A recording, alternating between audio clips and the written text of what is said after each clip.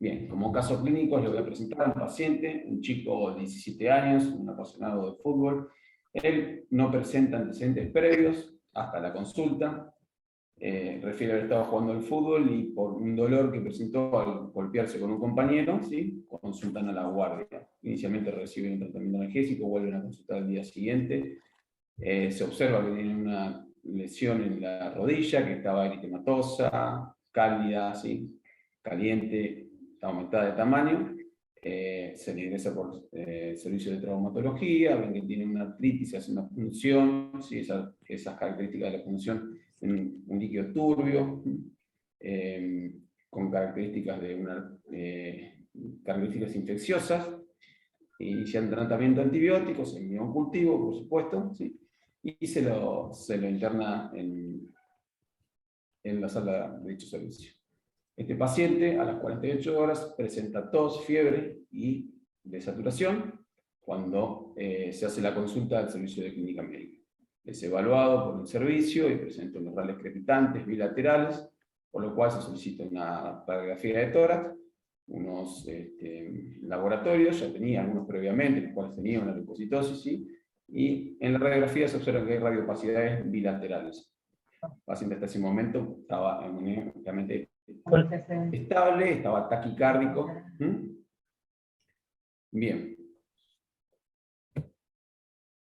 Hablando un poco de lo que es la fisiopatología de la neumonía, ¿sí? En general, tenemos lo que es un agente infectante que va a presentarse frente a un huésped, va a ingresar a partir de distintas vías, que las vamos a hablar después, pero tiene que superar distintas barreras dependiendo de las vías que pasen, ¿no? Generalmente, si hablamos de una vía que sea respiratoria, sí, inicialmente tiene que pasar por la región nasal, tiene que pasar por la fibrilla, tiene que entrar al árbol bronquial y tiene que llegar hasta el alveolo. Para todo eso hay barreras y mecanismos innatos que hacen que esto sea bastante improbable en términos generales. Una vez que se aloja el agente en el alveolo, lo que se produce es una última barrera, digamos, los macrófagos, que tienen una participación fundamental, los fagocitan, los digieren, y luego, digamos, abordan el tema de la infección, en este caso. ¿Qué pasa? Cuando se ve sobrepasada esa capacidad de las barreras y de los macrófagos, se permite que puedan proliferar, para que el macrófago pueda tener una respuesta mayor y pueda contener esa infección, genera una respuesta inflamatoria, y ahí es donde nosotros recibimos a los pacientes, ¿sí? Presentan este síndrome clínico de neumonía puntualmente, ¿sí? La neumonía, lo que nosotros vemos desde la clínica, es justamente la respuesta inflamatoria a esos agentes infectantes. El motivo de consulta va a ser lo que lo va a traer al sistema de salud, y estos pacientes pueden venir por ambulatorio, a un consultorio, pueden venir a una guardia externa, ¿sí? O pueden venir, o pueden estar internados y presentar signos clínicos de neumonía mientras dura su internación.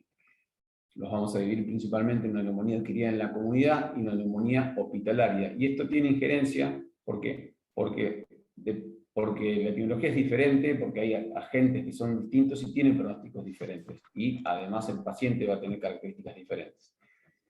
¿A qué nos referimos con una neumonía adquirida en la comunidad? Lo mismo, es una infección del parénquima pulmonar, pero aquí no vamos a hablar de los pacientes que están inmunocomprometidos, ¿sí? Son pacientes que no tienen inmunidad comprometida de forma congénita ni adquirida, como la HIV, la neutropenia, ¿sí? Que puede ser por una quimioterapia, o los pacientes que están trasplantados por la médula ósea o por órganos sólidos. Y también hay que tener presente que estos pacientes que los llamamos de ambulatorio no han tenido internación previa en los últimos 14 días. ¿Sí? Con respecto a lo que es la neumonía hospitalaria, vamos a considerarla a partir de aquellos pacientes que están 48 horas de distancia hospitalaria, ¿sí? Y que no tuvieron una internación previa, que tuvieron una internación previa en los últimos 14 días, ¿sí? Esos pacientes probablemente ya puedan tener algún contacto en el sistema de salud en que los ha expuesto a otro tipo de bacterias. La neumonía asociada a ventilación es una neumonía hospitalaria, pero se asocia claramente a la intubación orotraqueal y bueno, tiene su epidemiología particular. Bien. ¿Cómo vamos a definir la neumonía? Como hablamos previamente, pero la vamos a certificar a partir de la clínica, ¿sí?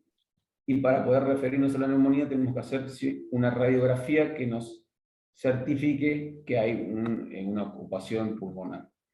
Los síntomas son fiebre, tos, expectoración mucopurulenta, ¿sí? Los signos que vamos a encontrar, en general, rales crepitantes, puede haber un signo de consolidación, matidez, aumento de vibraciones vocales, un soplo, triloquia, ¿sí? Y un laboratorio que nos va a presentar que tenga leucocitosis. No descarta que no tenga alguna de estas cosas, ¿sí? Pero nos tiene que alertar a pensar en este signo. Y una radiografía de tórax que va a mostrar un infiltrado pulmonar nuevo, que no estaba, ¿sí? O si ya teníamos una radiografía previa, una progresión del mismo.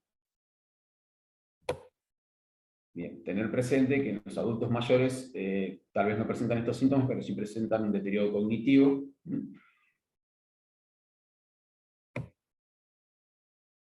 que es una de las principales causas de internación en ellos. Bueno, en nuestro caso clínico, ¿cómo estaba la radiografía de tórax? Que cuando se la solicitamos tenía una radiografía en la cual se ve radiopacidades bilaterales, ¿sí? Sobre todo, pero medio en las bases, y tal vez siendo un poco puntilloso puede haber alguna también en campo medio. Se le realiza una tomografía, ¿sí? Por el antecedente, porque es un chico joven sin antecedentes previos, y esta es la imagen como para que tengamos mayor claridad de que tiene una neumonía, sobre todo en la base derecha, pero también se ve que tiene impactos en distintos lugares de ambos pulmones.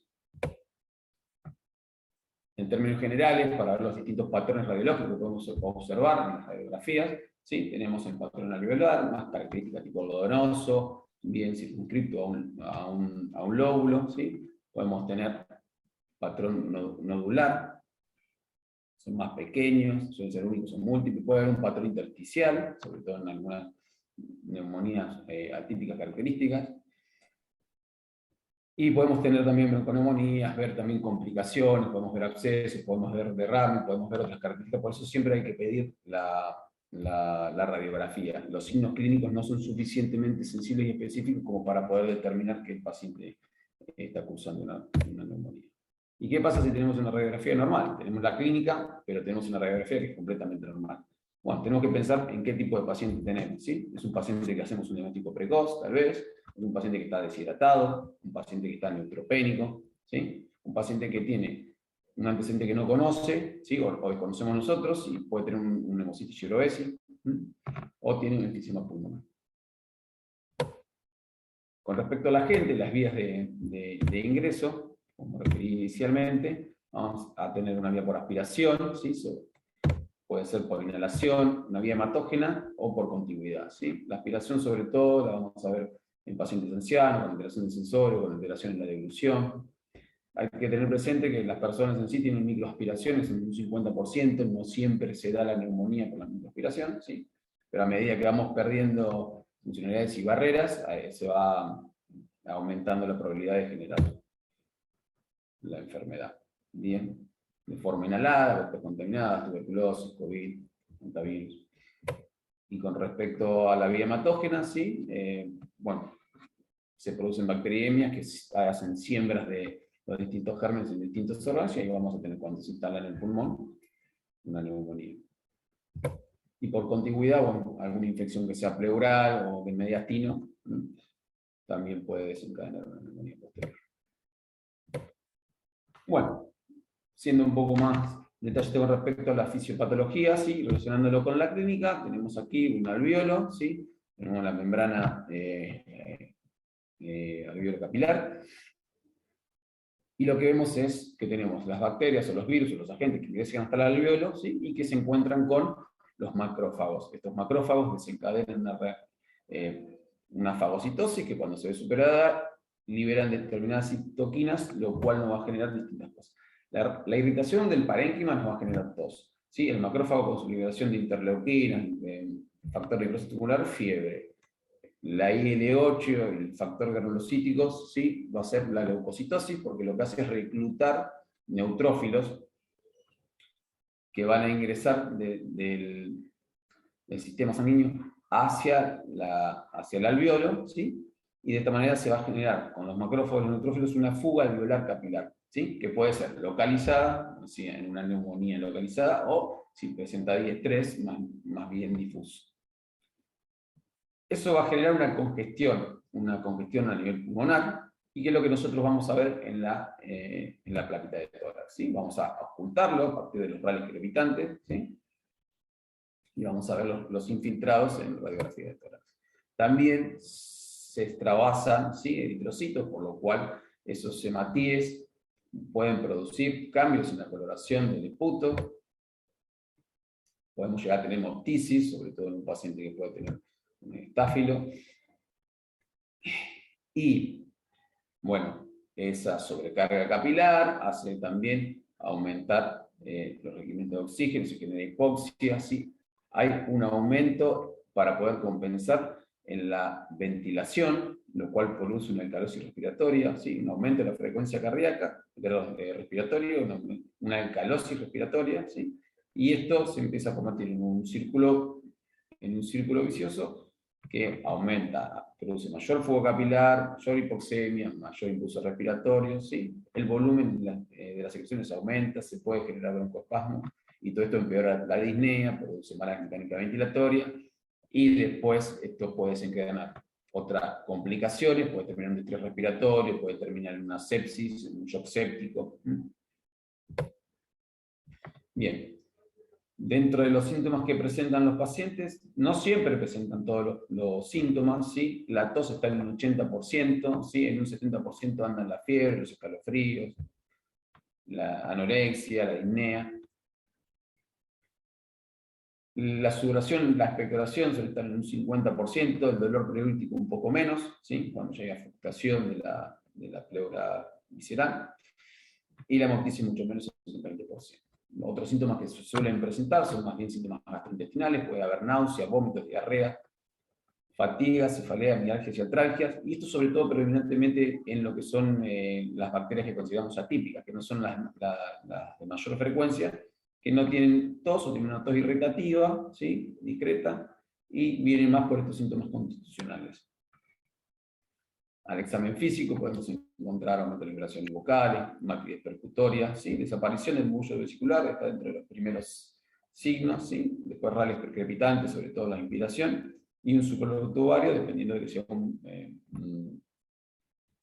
bronquio que esté permeable, ¿sí? Y tengamos condensación. Cambios en la voz, broncofonía, pectoriloquia, famoso pecho que habla. Bueno, ¿cómo lo tratamos al paciente? ¿Con una neumonía adquirida en la comunidad o lo tratamos con una neumonía intrahospitalaria? Eso va a depender del paciente que tengamos, ¿sí? Si bien mi paciente estaba internado, ¿sí? Llevaba 48 horas de internación o menos, ¿sí? Hay otros pacientes que llevan más y otros que vienen de ambulatorio. Los que vienen de ambulatorio, como dijimos, que no tuvieron internación previa o más de 14 días de una internación previa, tenemos que tratarlo como una neumonía adquirida en la comunidad, y podemos habilitar el grupo de antibióticos para eso según el riesgo. La neumonía intrahospitalaria tiene sus otras características. Bien, ahora el tema que sí es sumamente importante es a dónde vamos a tratar a estos pacientes. En términos generales, sí, el manejo de la neumonía va a depender, lo podemos manejar según distintos tipos de scores. Bien, si el paciente viene ambulatorio, el paciente puede internarse en la sala de internación, ¿sí? O en la unidad de cuidados intensivos. Los scores van siempre acompañados de lo que es el juicio clínico, ¿sí? Si el score no nos cierra por alguna razón, el juicio clínico nos dice que tiene características de tener que requerir internación, tenemos que sopesar el juicio clínico de cada ¿sí? Con respecto a los scores, tenemos el índice de severidad de neumonía, ¿sí? El PCI, tenemos el CUR, y tenemos también el del IPSA-ATS. Pero estos dos, el PCI y el CUR, se utilizan sobre todo para lo que es designar a qué lugar de internación va a ir en los pacientes que no están tan graves. ¿Bien? El PCI lo que tiene sobre todo, si bien ambos miden mortalidad a 30 días, el PCI lo que trialla bien con respecto a los pacientes que tienen la menor mortalidad, ¿sí? Son de estos pacientes que vamos a mandar por ambulatorio, ¿sí? Y el CUR lo utilizamos más para poder decir la internación del paciente y el lugar donde lo vamos a utilizar. El PCI es un poco más complejo, es una sumatoria, pues es un poquito más engorroso, pero es bastante más sensible. Lo que busca básicamente, según las características de nuestro paciente, a mayor edad, mayor puntaje, ¿sí? Si está internado en un albergue, le da un puntaje extra, considera las enfermedades coexistentes, ¿sí? Considera los hallazgos físicos y también los laboratorios. De ahí hacemos un par de parámetros y los que tienen de 4, 5, por encima de 3, esos son los que tienen una mortalidad ya casi cercana al 8% por encima de eso, por lo cual eso requeriría internación.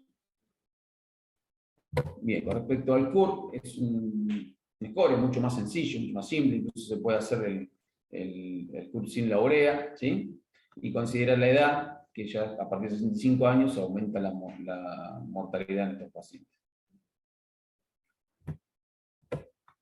Bien, ¿qué considera? Si un paciente está confuso, si tiene una urea elevada, si hay afectación renal, una frecuencia respiratoria mayor a 30, la presión arterial, si es hipotenso, en términos generales, y si la edad es mayor a 65 años. Si solo el tema es que la edad es mayor a 65 años y el resto está normal, es un paciente que está parambulatorio, ¿sí?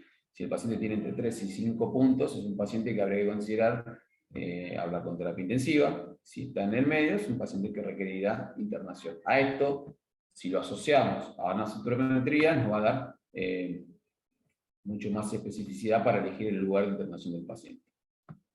No solamente esto, también hay que considerar las características del paciente, ¿sí? El tema de las comorbilidades, pero también las características sociales del paciente. Si es un paciente que puede cumplir tratamiento, si no puede cumplir, si tiene lugar donde cumplirlo. Bien. Y con respecto a los criterios de terapia para ingreso a terapia intensiva, el CUR nos da una idea. Se utilizan actualmente los mismos criterios que se usaban en 2007. ¿Sí? Tenemos criterios mayores y criterios menores. Mayores, necesidad de ventilación mecánica invasiva, ¿sí? O shock séptico con necesidad de vasopresores. Y criterios menores, más de 3 o más de 3, ¿sí? Taquipnea, son similares a los anteriores, ¿no? Taquipnea mayor a 30, de la frecuencia mayor a 30 por minuto, ¿sí? Una PAFI menor a 250, una radiografía de tórax que tenga infiltrados multilobares, bilaterales, que presente confusión, desorientación, alteración renal, ¿sí? Leucopenia, trombocitopenia, hipotermia e hipotensión que no responde a fluidos.